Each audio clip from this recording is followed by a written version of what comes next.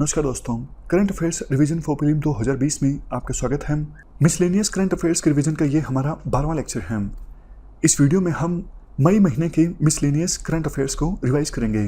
Discussion का first important article central institute of petrochemicals engineering and technology से संबंधित है।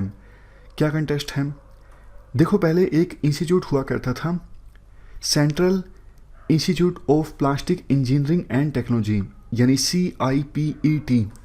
इस इंस्टीट्यूट का नाम बदलकर अब रख दिया गया है central institute of petrochemicals engineering and technology. हम बात करें CIPET के बारे में। देखो, बदले हुए नाम को रजिस्टर किया गया है तमिलनाडु सोसाइटीज़ रजिस्ट्रेशन एक्ट 1975 में। इस इंस्टीट्यूट को पहले इस्टेब्लिश किया गया था 1968 में सेंट्रल गवर्नमेंट के द्वारा UNDP की सहायता से। कहाँ पर था ये पुराने वाला इंस्टीट्यूट? ये था चेन्नई में, लेकिन अब नाम चेंज हो चुका है। नया जो इंस्टीट्यूट है वो अहमदाबाद, गुजरात में है।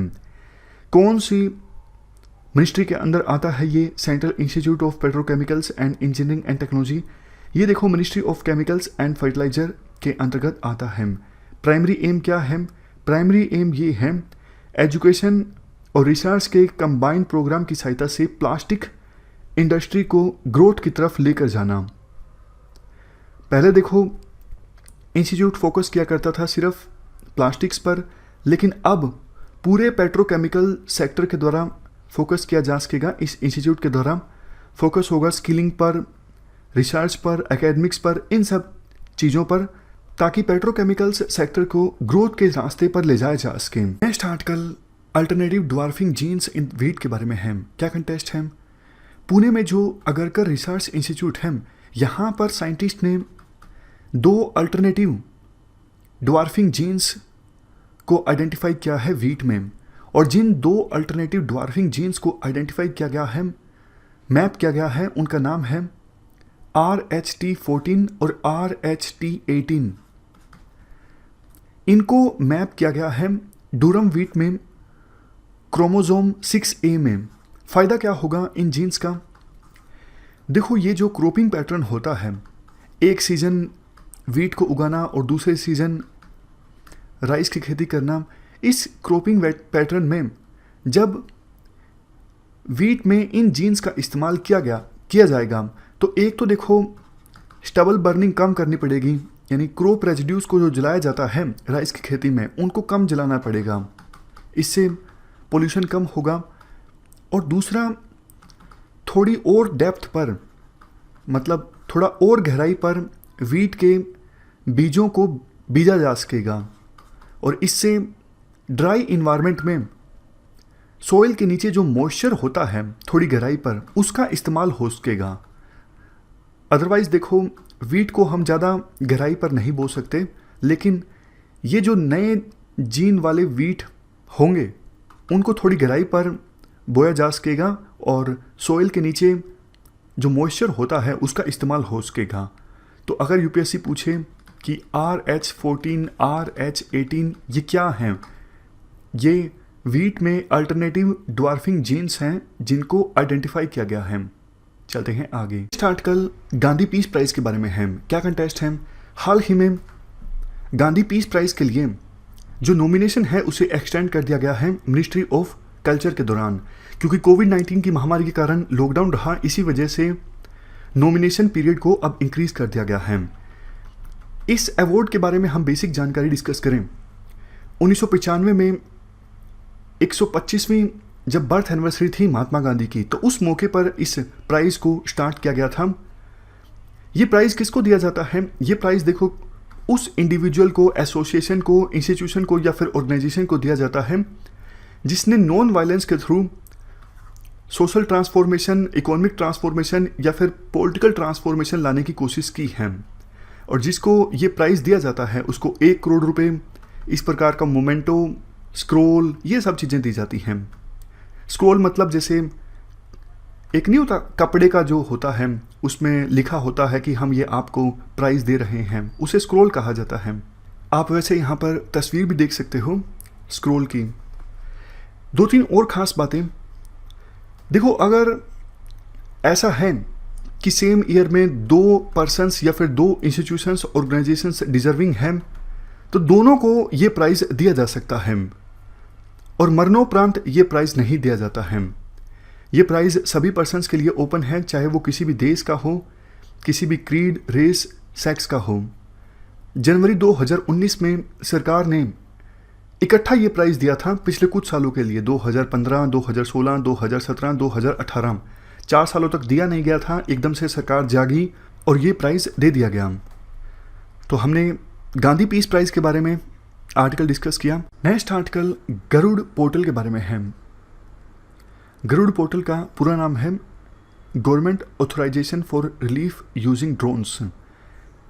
देखो, ड्रोन्स को ऑपरेट करने के लिए एविएशन मिनिस्ट्री के जो रूल्स एंड रेगुलेशन है ना, काफ़ी ज़्यादा टाइट हैं। लेकिन जैसा आपको पता है, अभी काफ़ी सारी गवर्नमेंट एजेंसीज के द्वारा और डिस्ट्रिक्ट एडमिनिस्ट्रेशंस के द्वारा ड्रोन्स का इस्तेमाल किया जा रहा है लॉकडाउन की इम्प्लीमेंटेशन के लिए, इवन सैनिटाइजेशन के पर्पजेज़ के लिए। तो काफ़ी सारे इन कामों में एविएशन मिनिस्ट्री की गाइडलाइंस का उल्लंघन होता है, वायलेशन होता है। तो इसे अवॉइड करने के लिए मिनिस्ट्री ऑफ सिविल एविएशन ने ये पोर्टल लॉन्च किया है, गरुड़ पोर्टल। कोई भी एजेंसी जो रूल्स से इतर जाके, मतलब ड्रोन्स का इस्तेमाल कोई एजेंसी करना चाहती है सैनिटाइजेशन पर्पज़ के लिए या फिर कोविड-19 से निपटने के लिए किसी दूसरे काम में, और रूल का वायलेशन होता है, तो रूल को वायलेट करने से पहले वो एजेंसी जल्दी से इस पोर्टल पे जाके एग्जम्पशन मांग सकती है सिविल एविएशन मिनिस्ट्री से कि भैया वैसे हम जिस प्रकार से ड्रोन का इस्तेमाल करने वाले हैं वो रूल के अगेंस्ट है, बट हम कोविड-19 से निपटना चाहते हैं, आप हमें एग्जम्पशन दे दीजिए। तो सिविल एविएशन मिनिस्ट्री पोर्टल की सहायता से जल्दी उस एजेंसी को या फिर डिस्ट्रिक्ट एडमिनिस्ट्रेशन को एग्जम्पशन दे देगी कि ठीक है, आप कोविड-19 से निपट रहे हो तो आप इस प्रकार से ड्रोन का इस्तेमाल कर सकते हो, हम आपको एग्जम्पशन देते हैं। तो ये गरुड़ पोर्टल लॉन्च किया गया है सिविल एविएशन मिनिस्ट्री के द्वारा। चलते हैं आगे। नेक्स्ट आर्टिकल हांको के बारे में है। जापान में देखो, हैंको का मतलब है पर्सनल स्टैंप। जैसे मान लीजिए कोई डॉक्यूमेंट है, इस डॉक्यूमेंट को आपको ऑथराइज करना हो कि आप इस डॉक्यूमेंट से सहमत है, तो आप क्या करोगे, आप साइन करोगे अपने। जापान में क्या होता है, जब किसी पर्सन को डॉक्यूमेंट को ऑथराइज करना होता है तो वो अपनी इस पर्सनल सील का इस्तेमाल करता है। पर्सनल सील स्टैंप की तरह काम करती है, लकड़ी की बनी होती है या फिर प्लास्टिक की बनी होती है। ये प्रचलन जापान में सदियों पुराना है और काफ़ी सारी ट्रांजैक्शंस ऐसी होती हैं जापान में, वो तभी पूरी होती हैं जब इस पर्सनल स्टैंप का इस्तेमाल होता है। पर्सनल स्टैंप का इस्तेमाल जब तक नहीं होगा तब तक काफ़ी सारी ट्रांजैक्शंस को अधूरा माना जाता है। जैसे देखो, हमारे इंडिया में कई सारे डॉक्यूमेंट्स को कंप्लीट माना ही नहीं जाता जब तक कि स्टेक होल्डर्स के द्वारा साइन ना कर दिया जाए। साइन किया जाता है तभी तो वो डॉक्यूमेंट कंप्लीट होगा ना। इवन आप बैंक अकाउंट भी नहीं ओपन कर सकते बिना सिग्नेचर के।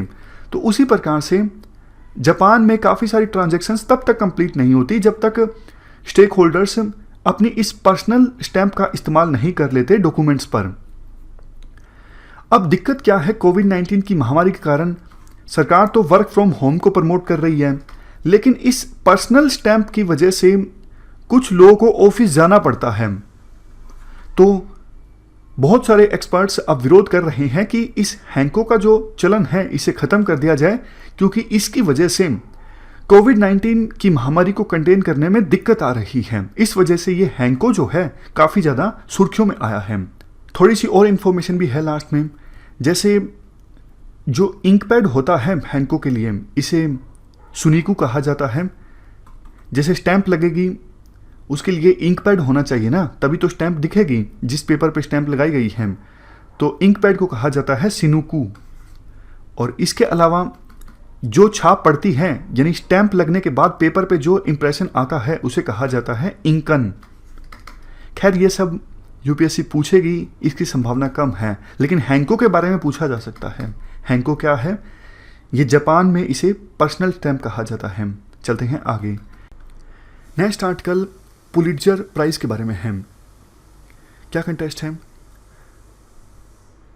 हाल ही में 3 फोटो जर्नलिस्ट ने पुलिट्जर प्राइज़ जीता कश्मीर के ऊपर कवरेज करने के लिए। तो पुलिट्जर प्राइज़ के बारे में हम जान लेते हैं। देखो, यूनाइटेड स्टेट्स में अगर किसी ने न्यूज़पेपर में, मैगज़ीन में, ऑनलाइन जर्नलिज्म में, लिटरेचर में, म्यूजिकल कंपोजिशन में अच्छा काम किया है तो उसे पुलिट्जर प्राइज़ दिया जाता है। इसको इस्टेब्लिश किया गया था 1917 में। एक न्यूज़पेपर पब्लिशर थे जोसेफ पुलिट्जर, इनकी डेथ हुई थी और डेथ से पहले ये अपनी विल लिख कर गए थे कि जो मेरा ये पैसा है उसकी सहायता से एक प्राइज़ इस्टेब्लिश किया जाए, पुलिट्जर प्राइज़। तो उसके बाद से ही हर साल पुलिट्जर प्राइज़ दिया जाता है यूनाइटेड स्टेट्स में उन लोगों को जो अच्छा काम करते हैं इन एरियाज़ में। तो आपको लगा होगा कि इंडियन फ़ोटो जर्नलिस्ट को कैसे ये अवार्ड दिया जा सकता है। देखो, वो जर्नलिस्ट एपी के लिए काम करते हैं। एपी मतलब एसोसिएटेड प्रेस, जैसे हमारा ANI है, उसी प्रकार से नॉन प्रॉफिट न्यूज़ एजेंसी है USA की AP यानी एसोसिएटेड प्रेस। इस प्राइज़ को एडमिनिस्टर किया जाता है न्यूयॉर्क सिटी में कोलंबिया यूनिवर्सिटी के द्वारा। प्राइज़ जिसको भी ये मिलता है, एक सर्टिफिकेट दिया जाता है, $15,000 का कैश अवार्ड दिया जाता है और पब्लिक सर्विस कैटेगरी में जो विनर होता है उसे गोल्ड मेडल दिया जाता है। चलते हैं आगे। नेक्स्ट आर्टिकल स्पोर्ट्स को इंडस्ट्री स्टेटस मिलने से संबंधित है। क्या कंटेस्ट है? मिजोरम की कैबिनेट ने ये फैसला लिया है कि स्पोर्ट्स को इंडस्ट्री का स्टेटस दे दिया जाए। मकसद क्या है? मकसद ये है मिजोरम में स्पोर्ट्स से संबंधित ज़्यादा से ज़्यादा जॉब्स को जनरेट करना। क्योंकि देखो, एक बार अगर स्पोर्ट्स को इंडस्ट्री स्टेटस मिलता है तो सरकार और ज़्यादा इन्वेस्ट कर सकेगी स्पोर्ट्स में, प्राइवेट सेक्टर इन्वेस्टमेंट के लिए आगे आएगा, इससे नई नई जॉब अपॉर्चुनिटीज़ पैदा होंगी स्पोर्ट्स के क्षेत्र में। अल्टीमेटली सबसे ज़्यादा जो फ़ायदा होगा वो स्पोर्ट्स पर्सन्स को ही होगा, क्योंकि स्पोर्ट्स पर्सन्स की ज़रूरतें पूरी होने लगेंगी, ना सिर्फ स्टेट के द्वारा बल्कि प्राइवेट सेक्टर के द्वारा भी। देखो, वैसे मिजोरम में स्पोर्ट्स काफ़ी ज़्यादा प्रचलित है। मिजोरम के बहुत सारे फुटबॉलर्स हैं जो देश के प्रीमियर फुटबॉल क्लब्स के लिए खेलते हैं और पिछले कुछ सालों में मिजोरम के प्लेयर्स ने काफ़ी अच्छा परफॉर्म किया है हॉकी में भी और वेट लिफ्टिंग में भी। चलते हैं आगे। Next article international day of light के बारे में है। क्या कंटेस्ट है? हर साल 16 मई का जो दिन है वो इंटरनेशनल डे ऑफ लाइट के रूप में ऑब्जर्व किया जाता है। 16 मई को क्या हुआ था? 16 मई को देखो, लेजर का पहला सक्सेसफुल ऑपरेशन कंडक्ट हुआ था। किसके द्वारा ये कंडक्ट किया गया था? लेजर का पहला सक्सेसफुल ऑपरेशन कंडक्ट किया गया था फिजिसिस्ट और इंजीनियर थियोडोर मेमन के द्वारा। मकसद इंटरनेशनल डे ऑफ लाइट को ऑब्जर्व करने का ये होता है जागरूकता पैदा की जाए लाइट बेस्ड टेक्नोलॉजीज़ के द्वारा, मतलब प्रकाश यानी लाइट पर आधारित जो टेक्नोलॉजीज़ हैं वो हमारी डेली लाइफ में कितना बड़ा रोल प्ले करती हैं। फॉर एग्जांपल लेजर, इस बारे में लोगों को बताना, जागरूकता पैदा करना। ये इंटरनेशनल डे ऑफ लाइट जो है एडमिनिस्टर किया जाता है international basic science programme of UNESCO के द्वारा और इसका सेक्रेटरीट कहाँ पर है? Abdus Salam international centre of theoretical physics, ये है ट्राइस्टे इटली में। नेक्स्ट आर्टिकल केंदू लीफ के बारे में है। क्या कंटेस्ट है? उड़ीसा के कालाहांडी डिस्ट्रिक्ट के जो रेजिडेंट्स हैं वो कोविड-19 की महामारी के कारण ग्राम सभा से केंदू लीव्स को यानी केंदू के पत्तों को प्रोक्योर नहीं कर पा रही हैं। केंदू लीफ जो है इसे देखो उड़ीसा का ग्रीन गोल्ड भी कहा जाता है। ये one of most important non would forest product है उड़ीसा का। केंदू लीव्स का इस्तेमाल होता है काफ़ी सारे पर्पजेज़ के लिए, खास करके बीड़ी बनाने के लिए। केंदू लीव उड़ीसा के अलावा MP, छत्तीसगढ़, आंध्र प्रदेश, झारखंड, गुजरात और महाराष्ट्र में भी होते हैं। खास करके ट्राइबल पीपल के द्वारा केंदू लीव्स का इस्तेमाल किया जाता है। मध्य प्रदेश जो है ये देखो केंदू लीव का लार्जेस्ट प्रोड्यूसर है, उसके बाद नंबर आता है छत्तीसगढ़ का और तीसरे नंबर पे उड़ीसा का। एवरेज सेलिंग प्राइस जो है केंदू लीव्स का वो वेरी करता है 30 रुपये 1 किलोग्राम से लेके 80 रुपये 1 किलोग्राम तक ग्रेड्स के हिसाब से। मतलब जो केंदू लीव्स अच्छे हैं, क्वालिटी अच्छी है, उनका महंगा दाम होगा। इसी प्रकार से चलते हैं आगे। नेक्स्ट आर्टिकल खुदोल के बारे में है। क्या कंटेस्ट है? United Nations secretary general envoy on youth ने 10 ग्लोबल इनिशिएटिव्स को लिस्ट किया जिन्होंने एक इंक्लूसिव फाइट लड़ने की कोशिश की है कोविड-19 महामारी के अगेंस्ट। यहाँ पे आप इंक्लूसिव वर्ड पे फोकस कीजिएगा। खुदोल के बारे में हम डिस्कस करेंगे तो आपको समझ में आ जाएगा क्यों मैं इंक्लूसिव वर्ड पे फोकस देने की बात कर रहा हूँ। खुदोल देखो इम्फाल बेस्ड एक एनजीओ है या आल। इस एनजीओ का एक क्राउड फंडेड इनिशिएटिव है। इनिशिएटिव का मकसद ये है LGBTQ+ कम्युनिटी या फिर वो लोग जो HIV से फ़िलहाल सफ़र कर रहे हैं, डेली वेज अर्नर, बच्चे, एडोलसेंट, इन सब को फूड सप्लाईज प्रोवाइड करना, हेल्थ सर्विसेज प्रोवाइड करना। देखो ये सारे जो सेक्शंस हैं वो वल्नरेबल सेक्शंस हैं और कोविड-19 के खिलाफ लड़ाई नहीं जीती जा सकती अगर हम वल्नरेबल सेक्शंस पे ध्यान नहीं देते हैं। तो इसीलिए इनको साथ लेने की आवश्यकता है। इसीलिए इंक्लूसिव फाइट अगेंस्ट कोविड-19 की बात की गई है। तो अगर यूपीएससी पूछ लेती है ये खुदोल इनिशिएटिव कहाँ का है, ये मणिपुर का है, किससे संबंधित है, वो भी आप आसानी से बता सकते हो। चलते हैं आगे। लास्ट आर्टिकल किसान सभा एप्लीकेशन के बारे में है। CSIR central road research institute ने ये एप्लीकेशन डेवलप की है, किसान सभा एप्लीकेशन। मकसद ये है किसानों को सप्लाई चेन से जोड़ा जा सके और फ्री ट्रांसपोर्टेशन का मैनेजमेंट भी अच्छे से हो सके। ये देखो काफ़ी अच्छी एप्लीकेशन है। ये एप्लीकेशन किसानों को जोड़ती है मंडी डीलर से, ट्रांसपोर्टर से, मंडी बोर्ड मेंबर से, सर्विस प्रोवाइडर से, जैसे कोई कोल्ड स्टोरेज की फैसिलिटी प्रोवाइड करता है उससे जोड़ती है किसानों को, और इवन कंज्यूमर से, डायरेक्टली कंज्यूमर किसानों से परचेज कर सकते हैं इस एप्लीकेशन की सहायता से। तो किसानों को इस एप्लीकेशन से काफ़ी फ़ायदा होगा। जो मिडलमैन हैं, बिचौलिए जो प्रॉफिट खा जाते हैं, वो कम खाएंगे, उनका रोल ख़त्म हो जाएगा। कंज्यूमर को सस्ता फूड ग्रेन मिलेगा, सस्ती क्रॉप्स मिलेंगी और किसानों को उनकी फसलों के उचित दाम मिलेंगे, आसानी से वो सर्विसेज को अवेल कर सकेंगे। तो ये है किसान सभा एप्लीकेशन। नेक्स्ट आर्टिकल लीसा के बारे में है, यानी लेस इन्वेसिव सर्फेक्टेंट एडमिनिस्ट्रेशन। ये क्या है? बेसिक्स की बात करते हैं।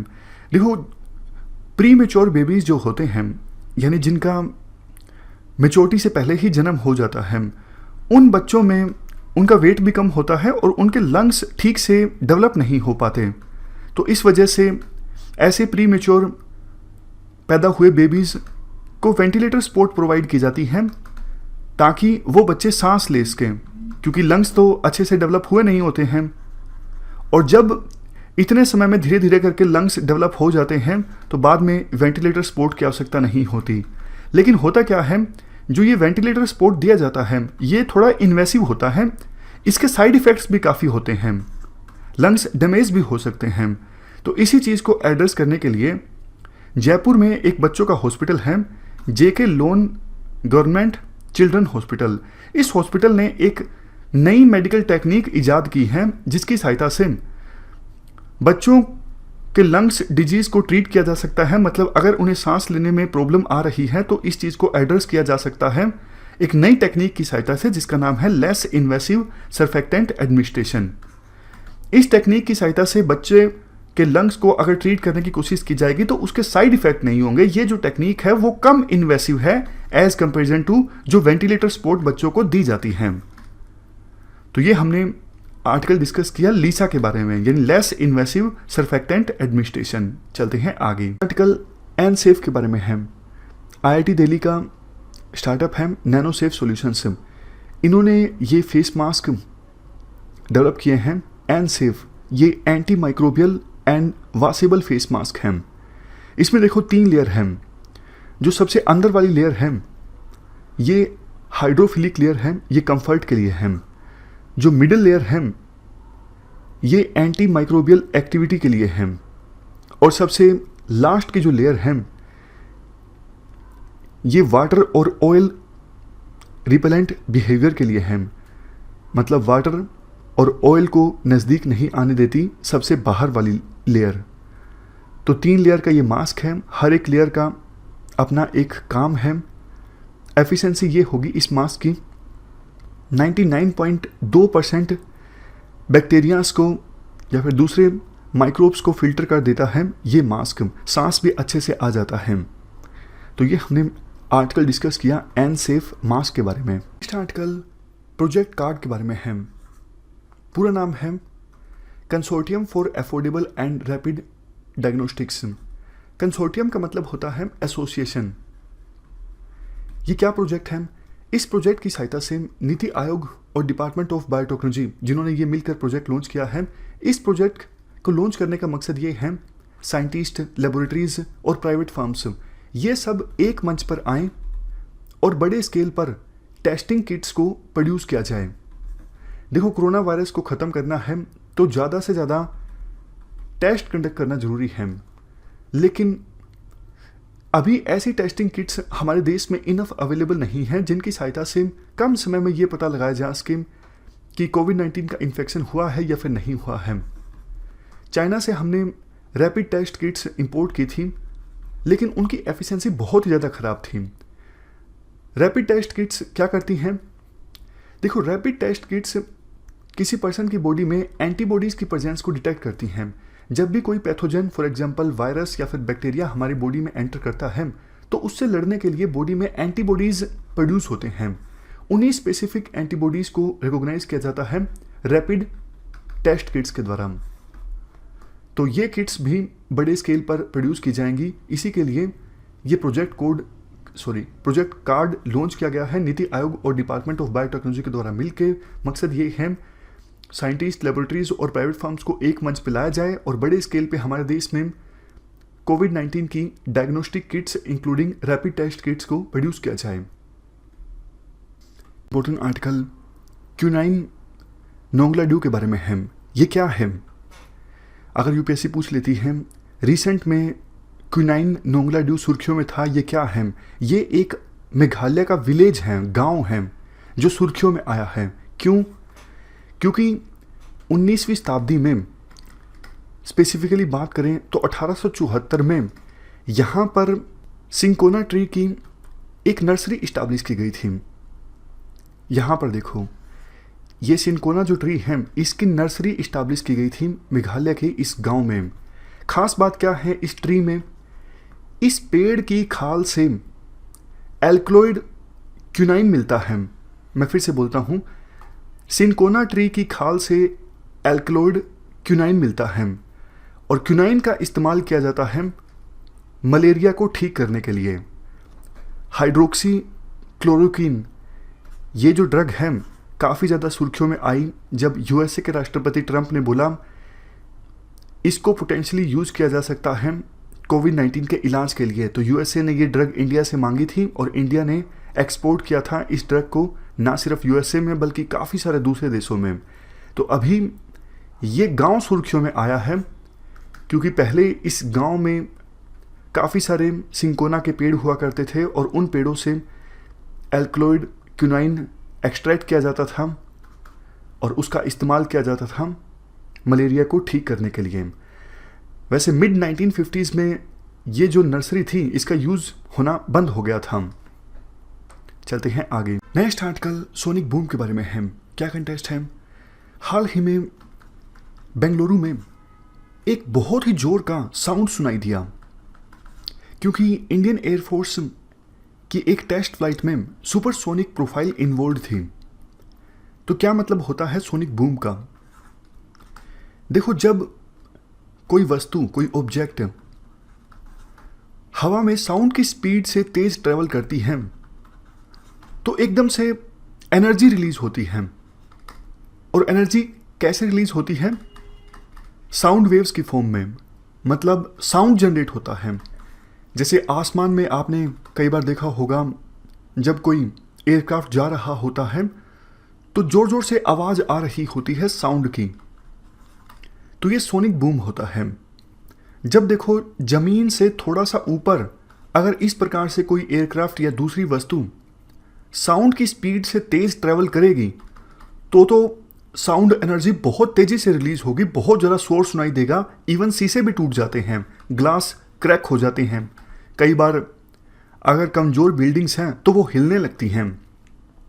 तो बहुत सारे देशों में तो मना है कि आप ज़मीन से कम डिस्टेंस पर एयरक्राफ्ट तेज स्पीड में नहीं उड़ा सकते, मतलब इतनी स्पीड में आप नहीं उड़ा सकते कि वो स्पीड साउंड की स्पीड से ज़्यादा हो। सबसे पहली बार देखो 1947 में एक अमेरिकन मिलिट्री पायलट चक ईगर, ये पहले पर्सन बने थे जिन्होंने साउंड बैरियर को ब्रीच किया, मतलब इन्होंने प्लेन उड़ाया साउंड की स्पीड से ज़्यादा की स्पीड पर। इनके पास एयरक्राफ्ट था बेल X-1 एयरक्राफ्ट, इन्होंने 1127 किलोमीटर पर आवर की स्पीड अचीव की थी उस समय। चलते हैं आगे। नेक्स्ट आर्टिकल स्पिरुलिना ग्राउंडनट चिकी के बारे में है। पहले मुझे आप एक बात बताइए, आपने स्पिरुलिना के बारे में कभी सुना है क्या? स्पिरुलिना का क्या मतलब होता है? ये देखो एक जलीय वनस्पति है, यानी वाटर बॉडीज में जो ब्लू ग्रीन एल्गी होता है ना, जिसे साइनोबैक्टीरिया भी कहा जाता है, उसका बायोमास होता है स्पिरुलिना, और इसमें काफ़ी सारे न्यूट्रिशंस होते हैं। इसको ह्यूमन बींग्स के द्वारा खाया जाता है। तो अब मैसूर में एक इंस्टीट्यूट है, central food technological research institute, यानी CFTRI। इस इंस्टीट्यूट ने एक चिकी डेवलप की है। चिकी मतलब गजक, ये आप तस्वीर में देख सकते हो। इस प्रकार की चिकी को डेवलप किया गया है। इसमें मूंगफली है, यानी पीनट्स हैं, और इसके अलावा स्पिरुलिना भी है। ये साइनोबैक्टीरिया का बायोमास, यानी ब्लू ग्रीन एल्गी का बायोमास। तो फायदा क्या होगा? फायदा ये होगा, ये जो गजक तैयार हुई है इसमें माइक्रोन्यूट्रिएंट्स काफ़ी ज़्यादा हैं, और इसको खाने से लोग जो इम्यूनिटी है, इम्यून पावर है, वो स्ट्रोंग होगी, और कोविड-19 होने पर भी जो बॉडी है ज़्यादा बेहतर ढंग से, ज़्यादा इफेक्टिवनेस के साथ कोविड-19 का सामना कर सकेगी। तो इस गजक में विटामिन ए है, बीटा कैरोटीन है, और आसानी से डाइजेस्ट होने वाले एल्गल प्रोटीन्स हैं। आगे तो ये छोटी सी बात है कि इनकम टैक्स डिपार्टमेंट ने कर्नाटक और गोवा में 500 किलोग्राम की ये जो गजक है, ये माइग्रेंट वर्कर्स को बांटी। आर्टिकल स्ट्रिंजेंसी इंडेक्स के बारे में है। स्ट्रिंजेंट का देखो सिंपल मतलब आप कह सकते हो स्ट्रिक्टनेस। इस इंडेक्स का मकसद ये है, ये पता लगाना कि किस देश में किस स्टेज पर कितनी सख्ताई थी। फॉर एग्जाम्पल, जब इंडिया में 500 केसेस आए तो इंडिया में कितनी सख्ताई थी इस महामारी से निपटने के लिए, कितने स्ट्रिक्ट मेजर्स इंडिया में लिए गए थे। और जब यूएसए में 500 केसेस जब तक सामने आ गए थे तो उस समय यूएसए में कितनी स्ट्रिक्टनेस थी, कितनी सख्ताई थी इस महामारी से निपटने के लिए। तो इंडिया को इस इंडेक्स में 100 स्कोर प्राप्त हुआ है। इसका मतलब ये है कि इंडिया में जो लॉकडाउन है वर्ल्ड में सबसे ज़्यादा स्ट्रिंजेंट लॉकडाउन्स में से है। वैसे अकेला इंडिया नहीं जिसको 100 स्कोर प्राप्त हुआ है इस इंडेक्स में, इंडिया के अलावा और 17 देश भी हैं जिनको 100 स्कोर प्राप्त हुआ है इस इंडेक्स में। जितना ज़्यादा स्कोर मतलब उस देश ने उतने ही ज़्यादा स्ट्रिक्ट स्टेप्स लिए हैं पर्टिकुलर स्टेज पर इस महामारी से निपटने के लिए। 17 इंडिकेटर्स को ध्यान में रखते हुए यूनिवर्सिटी ऑफ ऑक्सफोर्ड ने ये इंडेक्स तैयार किया है। अब देखो, हमें सख्ताई को मेजर ये पता लगाना है किस देश में कितनी सख्ताई थी, तो हम क्या पता लगाएंगे? यही पता लगाएंगे ना, स्कूल्स और कॉलेजेस कब बंद किए गए, पब्लिक ट्रांसपोर्ट बंद किया गया या फिर नहीं किया गया, strictly stay at home policy को इम्प्लीमेंट किया गया या नहीं किया गया। तो ये सब इंडिकेटर्स हैं स्ट्रिंजेंसी इंडेक्स के। 0 से 100 स्कोर दिया गया है विभिन्न देशों को। यूएसए, इटली, स्पेन, जहाँ पर हालात काफ़ी ख़राब हुए, इन देशों को थोड़ा कम स्कोर प्राप्त हुआ है इस इंडेक्स में, क्योंकि समय रहते पर्टिकुलर स्टेज पे इन्होंने स्ट्रिक्ट स्टेप्स नहीं लिए। तो ये हमने पूरा आर्टिकल डिस्कस किया स्ट्रिंजेंसी इंडेक्स के बारे में। चलते हैं आगे। Next article super mushroom cordyceps militaris के बारे में है। क्या कंटेस्ट है? यूनिवर्सिटी ऑफ असम के द्वारा एक फंगल पाउडर डेवलप किया गया है जिसकी सहायता से बॉडी की जो इम्यून पावर है डिजीज से लड़ने की, उसे बूस्ट किया जा सकता है। हम बात करें कैसे इस फंगल पाउडर को डेवलप किया गया है। देखो, सुपर मशरूम जिसे कोर्डिसेप्स मिलिट्रीज भी कहा जाता है, इससे ये फंगल पाउडर डेवलप किया गया है यूनिवर्सिटी ऑफ असम के द्वारा। हम बात करें कोडिसेप्स का क्या मतलब होता है। कोडिसेप्स देखो फंगस पैरासाइटिक है इंसेक्ट्स के ऊपर। पैरासाइट का मतलब बताइए क्या होता है। पैरासाइट का मतलब ये होता है वो ऑर्गेनिजम्स जो दूसरे ऑर्गेनिजम्स के ऊपर रहते हैं या फिर उनके अंदर रहते हैं। ऐसे ऑर्गेनिजम्स जो दूसरे ऑर्गेनिजम्स के ऊपर रहते हैं उनसे ही न्यूट्रिशन प्राप्त करते हैं, मतलब उनकी कीमत पर न्यूट्रिशन प्राप्त करते हैं। इस प्रकार से वो न्यूट्रिशन प्राप्त करते हैं कि होस्ट को नुकसान होता है। आप सिंपल देखो वायरस का ही एग्जाम्पल मान लीजिए। वायरस हमारे बॉडी के अंदर एंटर कर जाते हैं, बॉडी की कीमत पर अपने आप को सर्वाइव करते हैं, डबल करते जाते हैं, अपनी संख्या को इंक्रीज करते हैं। या फिर काफ़ी सारे ऐसे मच्छर या फिर इंसेक्ट्स होते हैं जो खून चूसते हैं। तो काफ़ी एग्जाम्पल्स हैं पैरासाइट के। तो ये जो कोडिसेप्स हैं ये फंगस पैरासाइट है इंसेक्ट्स के ऊपर, और इसी का पाउडर बनाया गया है बॉडी की इम्यून पावर को स्ट्रोंग करने के लिए। -80 डिग्री सेल्सियस पर इस कोडिसेप्स मिलिट्रीज को फ्रीज किया गया, उसके बाद ड्राई किया गया और ये फंगस पाउडर डेवलप किया गया। ये जो सुपर मशरूम है जिसे कोडिसेप्स मिलिट्रीज कहा जाता है, जिसकी सहायता से ये फंगस पाउडर बनाया गया है। सुपर मशरूम के बारे में देखो कहा जाता है कि इसका इस्तेमाल होता है एज के इम्पैक्ट को कम करने के लिए, वायरस के इन्फेक्शन को ख़त्म करने के लिए, एनर्जी प्राप्त करने के लिए, बॉडी की इम्यून पावर को बूस्ट करने के लिए। आसानी से मिलता नहीं है नेचुरल कोडिसेप्स, और अगर ये ड्राई फॉर्म में हो तो इसकी कीमत 8 लाख रुपए 1 किलोग्राम तक पहुंच जाती है। मतलब लेना हो ड्राई फॉर्म में तो 8 लाख रुपए आपको खर्च करने पड़ेंगे 1 किलोग्राम खरीदने के लिए। टेक्सटाइल कमेटी के बारे में है, क्या कंटेस्ट है। देखो पर्सनल प्रोटेक्टिव इक्विपमेंट्स की मैन्युफैक्चरिंग अभी हमारे देश में काफ़ी ज़्यादा होने लगी है, लेकिन शिकायतें भी आने लगी हैं। कुछ फार्म्स जो हैं नकली पीपीई मैन्युफैक्चर कर रही हैं, या फिर यूं कहें ऐसे पर्सनल प्रोटेक्टिव इक्विपमेंट्स को मैन्युफैक्चर कर रही हैं जो क्वालिटी के पैमाने पर खरा नहीं उतरते। तो अब टेक्सटाइल कमेटी जांच करेगी इस प्रकार की प्रॉब्लम्स को और सर्टिफाई करेगी पीपीई को, ताकि अगर कोई फर्म अच्छी क्वालिटी का पर्सनल प्रोटेक्टिव इक्विपमेंट नहीं मैन्युफैक्चर कर रही है तो उसको रोका जाए। हम बात करें टेक्सटाइल कमेटी की, ये स्टैट्यूटरी बॉडी है जिसको इस्टेब्लिश किया गया था 1963 में। पेरेंट ऑर्गेनाइजेशन कौन सी है? Ministry of textiles. एम क्या है? एम ये है टेक्सटाइल की क्वालिटी को इंश्योर करना, इसके साथ साथ टेक्सटाइल मशीनरी की क्वालिटी को भी इंश्योर करना, ना सिर्फ डोमेस्टिक कंजम्पशन के लिए बल्कि एक्सपोर्ट के लिए भी। फंक्शंस क्या है? टेक्सटाइल कमेटी लेबोरेटरीज इस्टेब्लिश करती है ताकि टेक्सटाइल्स को टेस्ट किया जा सके, टेक्सटाइल मशीनरी को टेस्ट किया जा सके। इसके साथ साथ इंस्पेक्शन करती है टेक्सटाइल मशीनरी की। और चेयरमैन कौन होते हैं?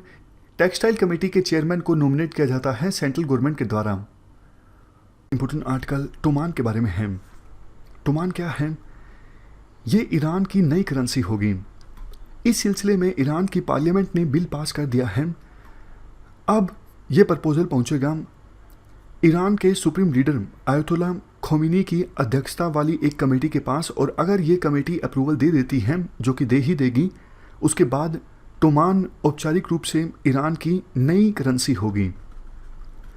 इससे पहले देखो ईरान की करेंसी है रियाल। क्वेश्चन उठता है करेंसी चेंज करने की आवश्यकता क्यों पड़ी?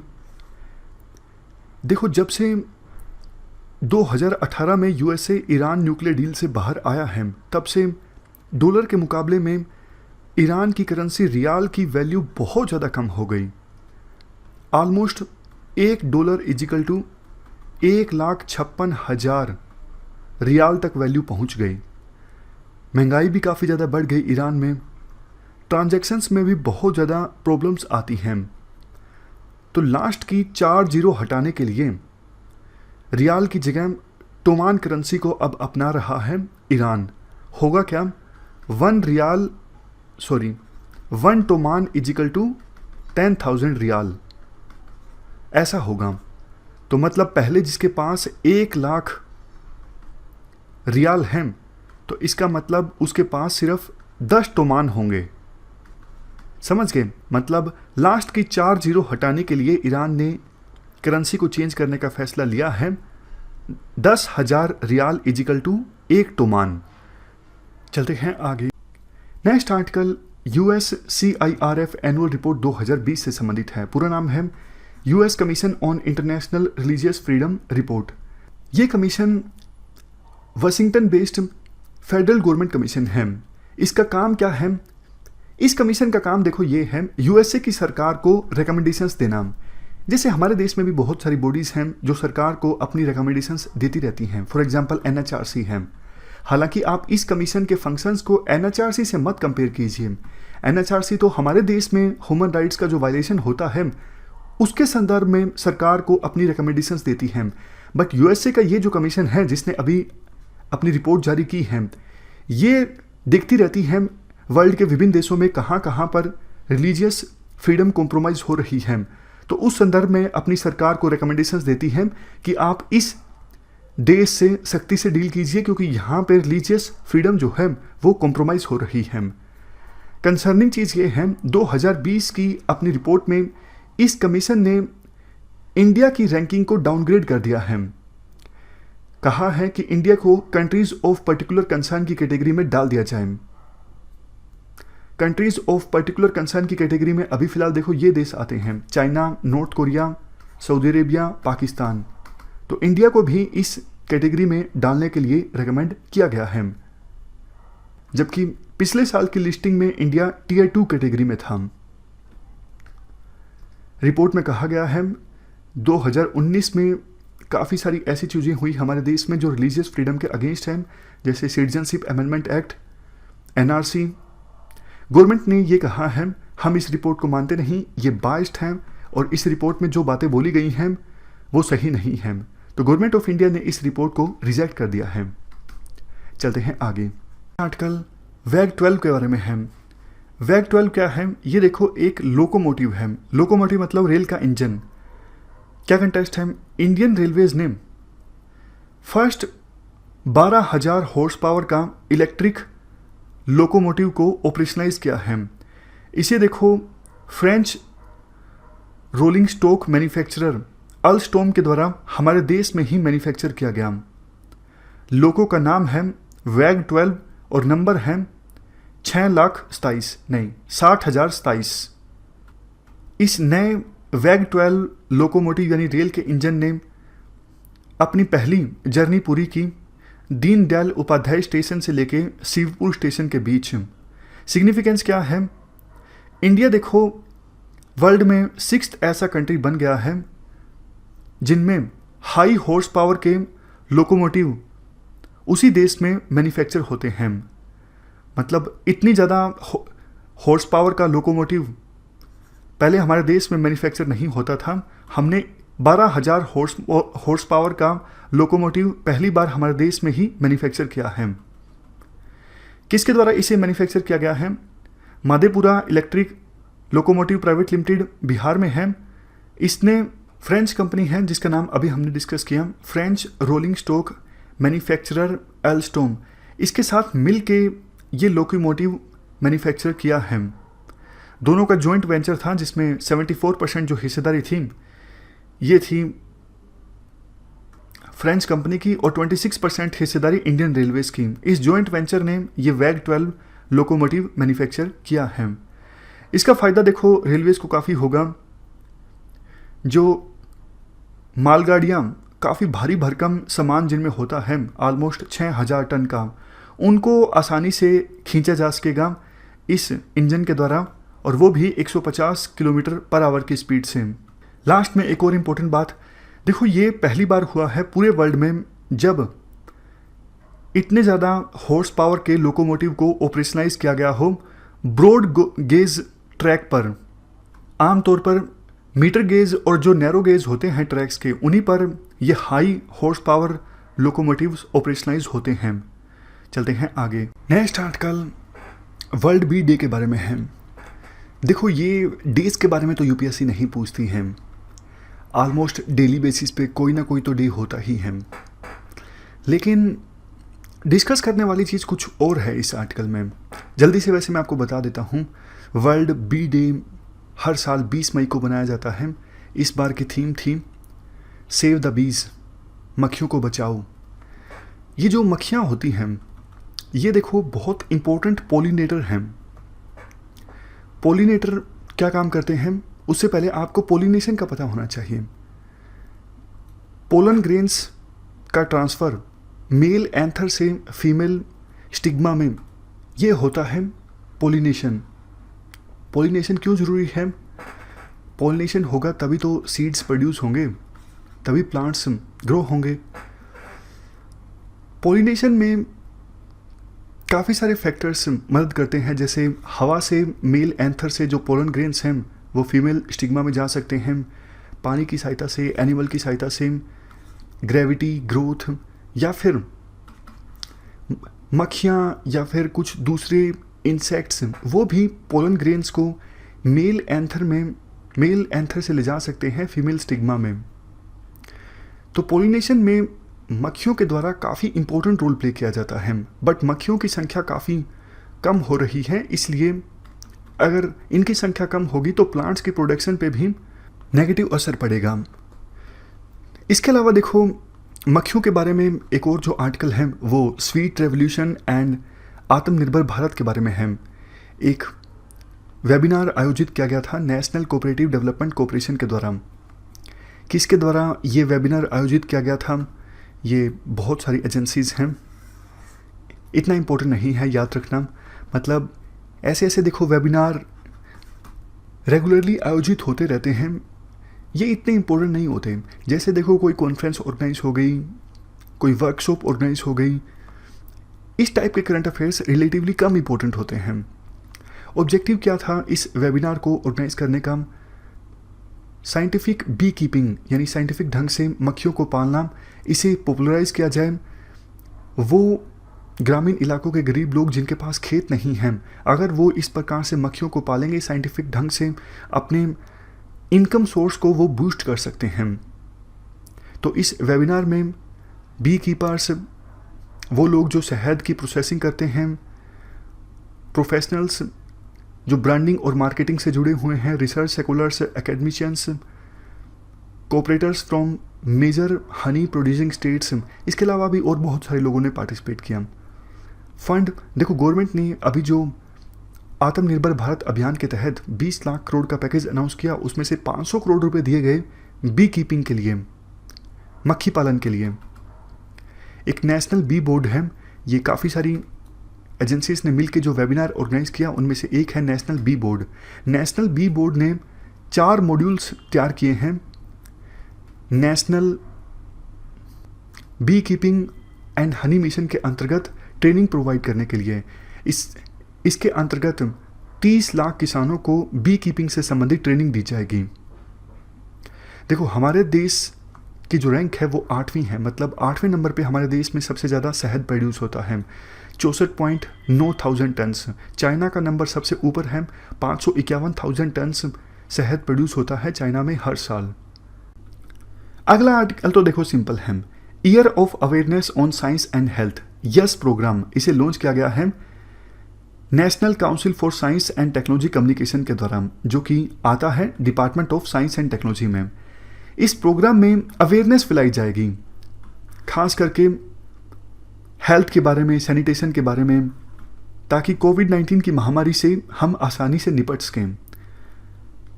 ये अवेयरनेस देखो काफ़ी सारे माध्यम्स की सहायता से चलाई जाएगी, जैसे audio visual, digital platforms, folk dance performances, trained communicators और अलग अलग रीजनल लैंग्वेजेस में इंफॉर्मेशन स्प्रेड करने की कोशिश की जाएगी, ताकि हेल्थ और सैनिटेशन से संबंधित लोगों को ज़्यादा से ज़्यादा जागरूकता आए, उनको चीज़ें पता लगें, कैसे छींकना है, कैसे अपनी सेहत का ध्यान रखना है, फिजिकल डिस्टेंस मेंटेन करना है, किन चीज़ों से रिस्क ज़्यादा हो सकता है, सारी चीज़ें बताई जाएंगी इस अवेयरनेस कैंपेन में। Academic, research, media, voluntary organisations, इनका पार्टिसिपेशन भी सुनिश्चित किया जाएगा। तो ये है YAS programme, year of awareness on science and health. Next article, Indian initiative on earth biogenome sequencing. सबसे पहले मैं जीनोम के बारे में कुछ बेसिक चीजें बता देता हूं। आपने जीन्स के बारे में सुना होगा। जीन्स का काम क्या होता है?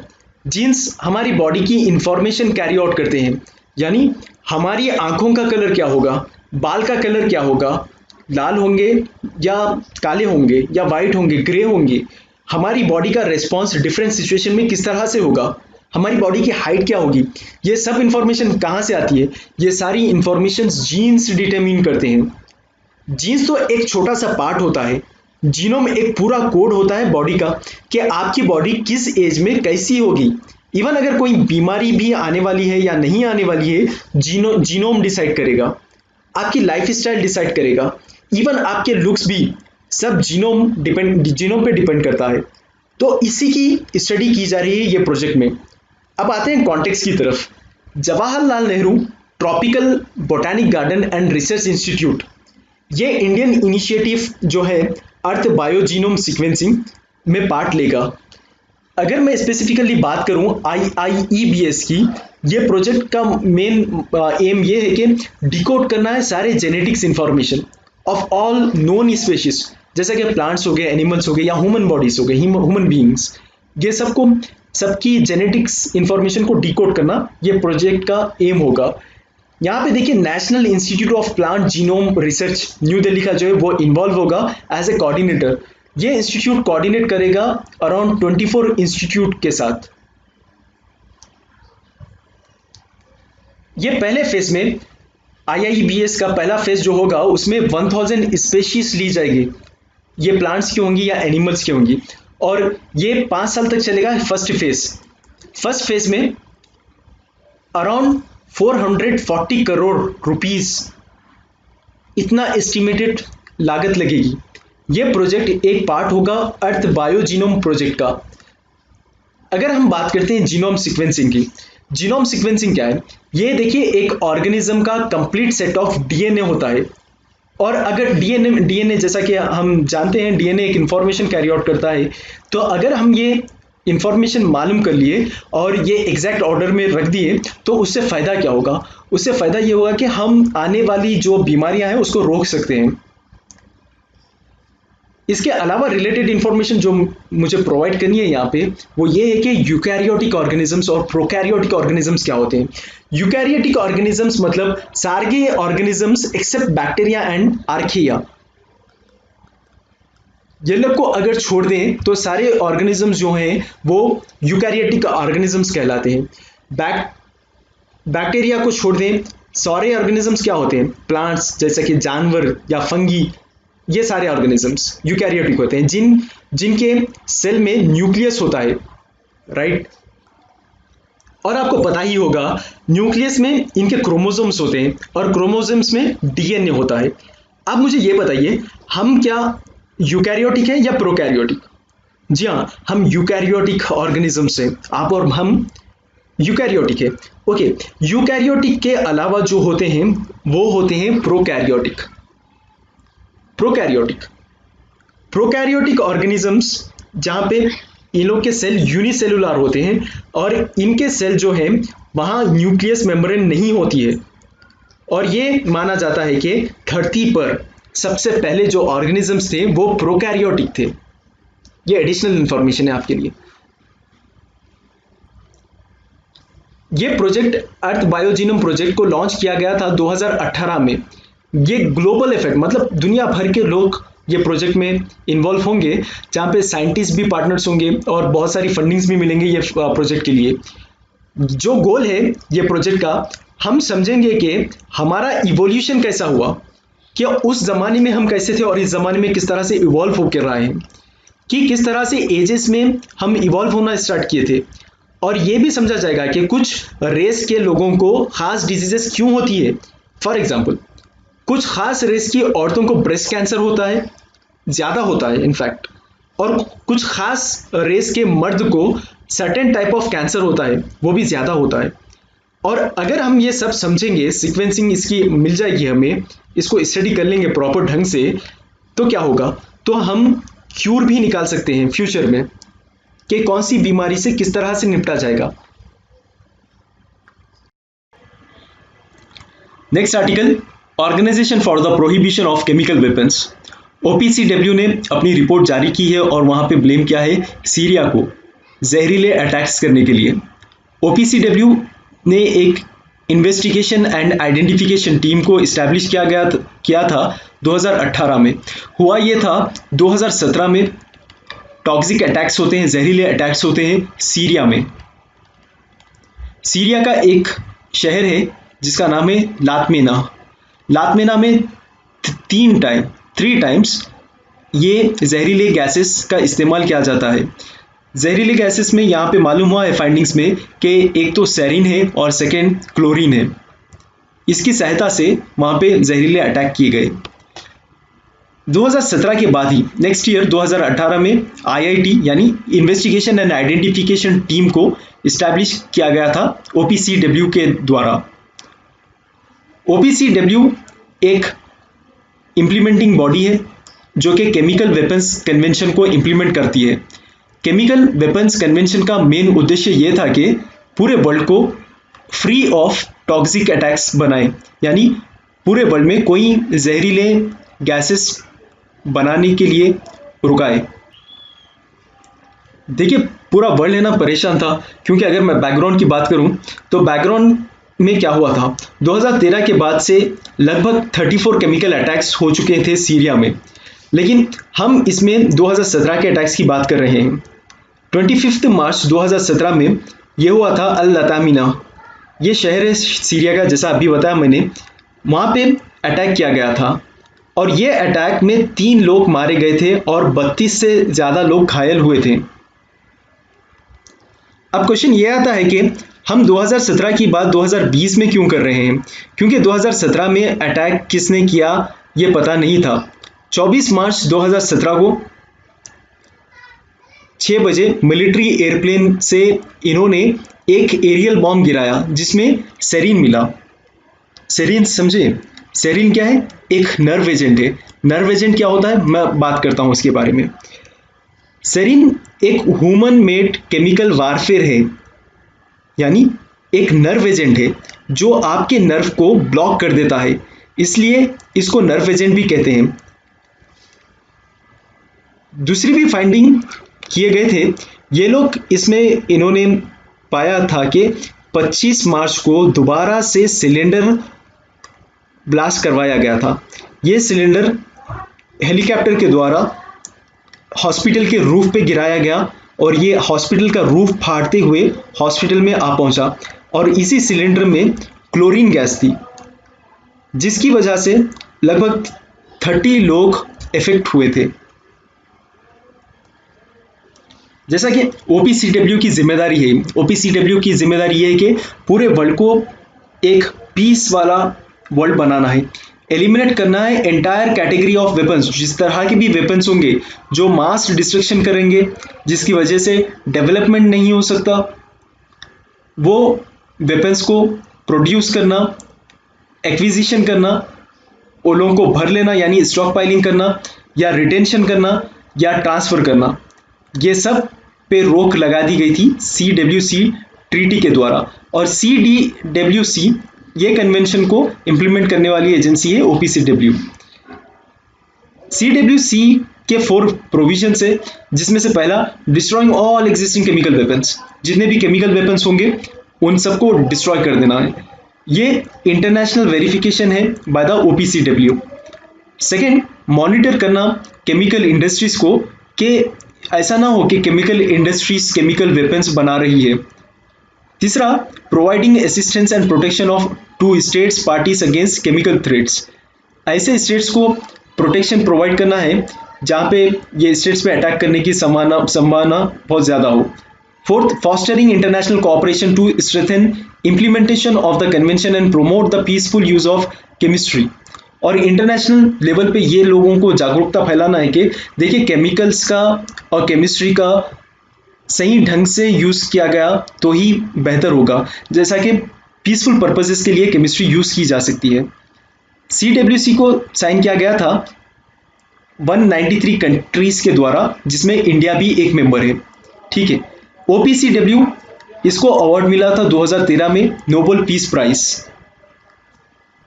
क्योंकि ये बहुत सारे एफर्ट्स लगा रहा है इनफैक्ट केमिकल वेपन्स को एलिमिनेट करने के लिए। Next article, okay, about serine देखने वाले थे हम। सेरीन क्या है? सेरीन देखिए एक क्लियर जो दिखता है, पानी जैसा दिखता है, सेरीन भी वैसे ही दिखता है। कलरलेस, टेस्टलेस लिक्विड होता है ये। इसकी कोई खुशबू स्मेल नहीं आती है और it is a pure form. However sarin can evaporate into a vapour और गैस। सैरिन एकदम पानी के जैसा रहता है, जो ट्रांसपेरेंट देख सकते हैं आप, मालूम भी नहीं होगा कि ये कोई लिक्विड है यहाँ पे मौजूद। लेकिन ये क्या होगा, गैस की तरह इवेपोरेट कर सकता है ये, और ये एनवायरनमेंट में फैल सकता है। वही इसीलिए तो इसी वजह से, ये प्रॉपर्टी की वजह से ये लोग ने सैरिन गैस का इस्तेमाल किया था।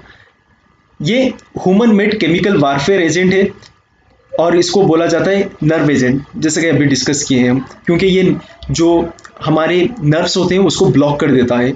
सेरीन ओरिजिनली डेवलप किया गया था 1938 में जर्मनी में एज अ पेस्टिसाइड डेवलप किया था ये, पेस्ट को मारने के लिए। लेकिन अभी ये क्या हो रहा है, इंसान को मारा जा रहा है इससे। It is also known as GB. About chlorine gas. Chlorine gas ये येलो ग्रीन कलर में आती है, दिखती है आपको। आप केमिस्ट्री लैब में कभी एक्सपेरिमेंट्स करें तो आपको पता ही होगा क्लोरीन किस तरह से दिखती है। ये गैस के रिलीज होने के बाद क्या होगा, ब्रीथेबल एयर डिस्प्लेस हो जाएगी और आपको सांस लेने में दिक्कत होगी, जिसकी वजह से लोग मर जाते हैं, ऑक्सीजन नहीं मिलता है इनको क्लोरीन रिलीज होने के बाद में।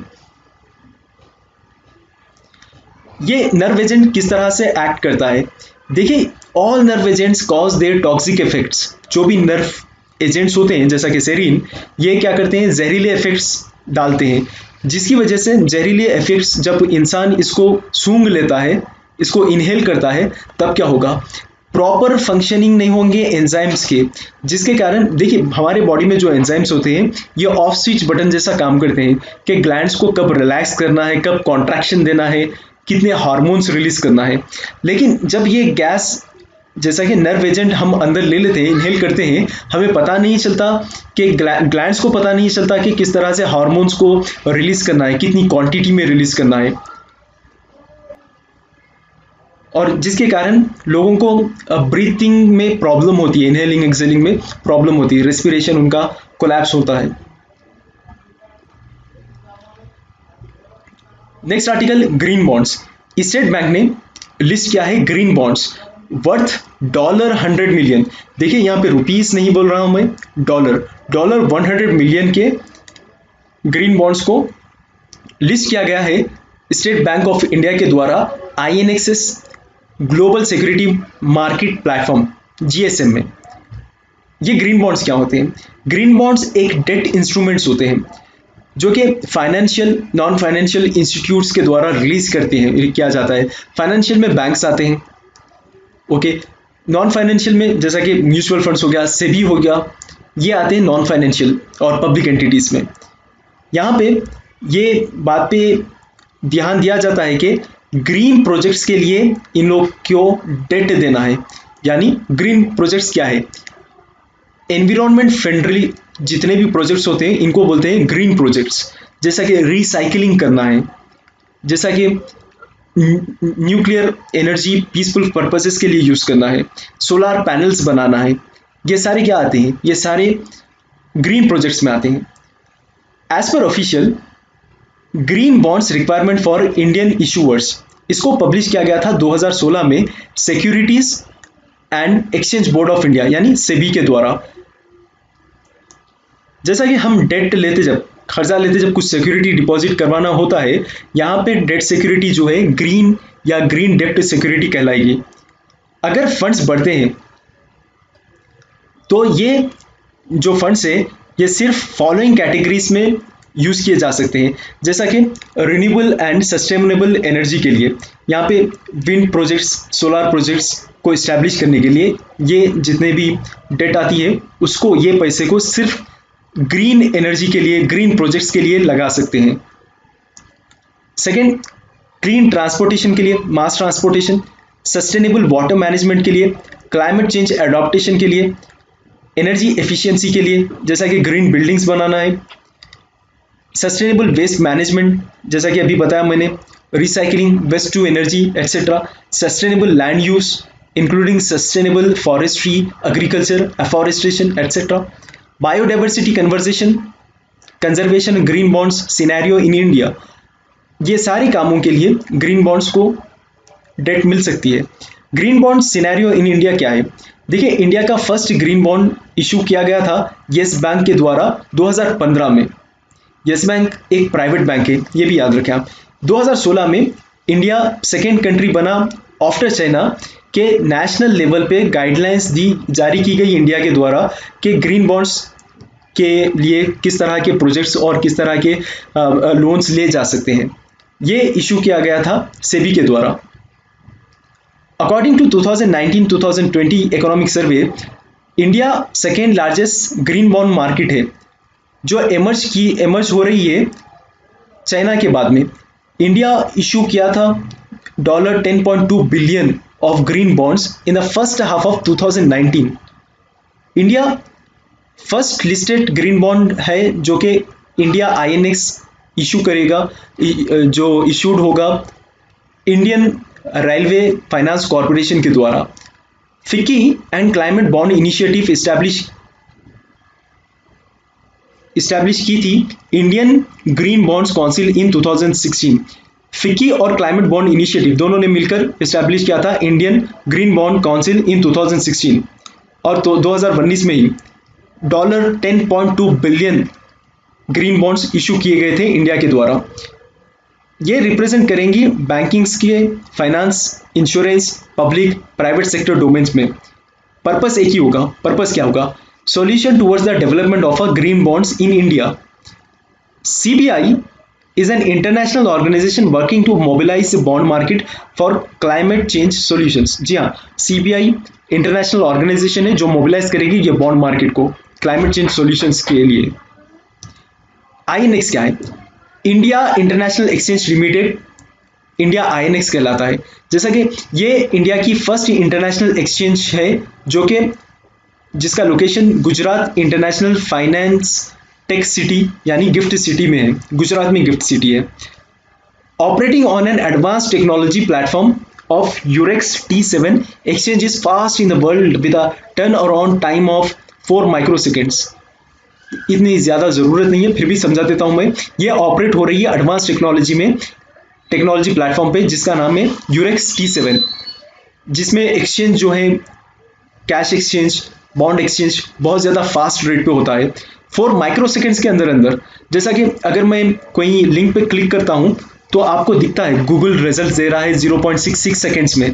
सिमिलरली ये भी फास्ट टेक्नोलॉजी में काम कर रही है, इनफैक्ट माइक्रो सेकेंड्स में। जब गूगल 0.66 सेकेंड्स में दे रहा है, ये 4 माइक्रो सेकेंड्स में रिजल्ट प्रोवाइड कर रही है।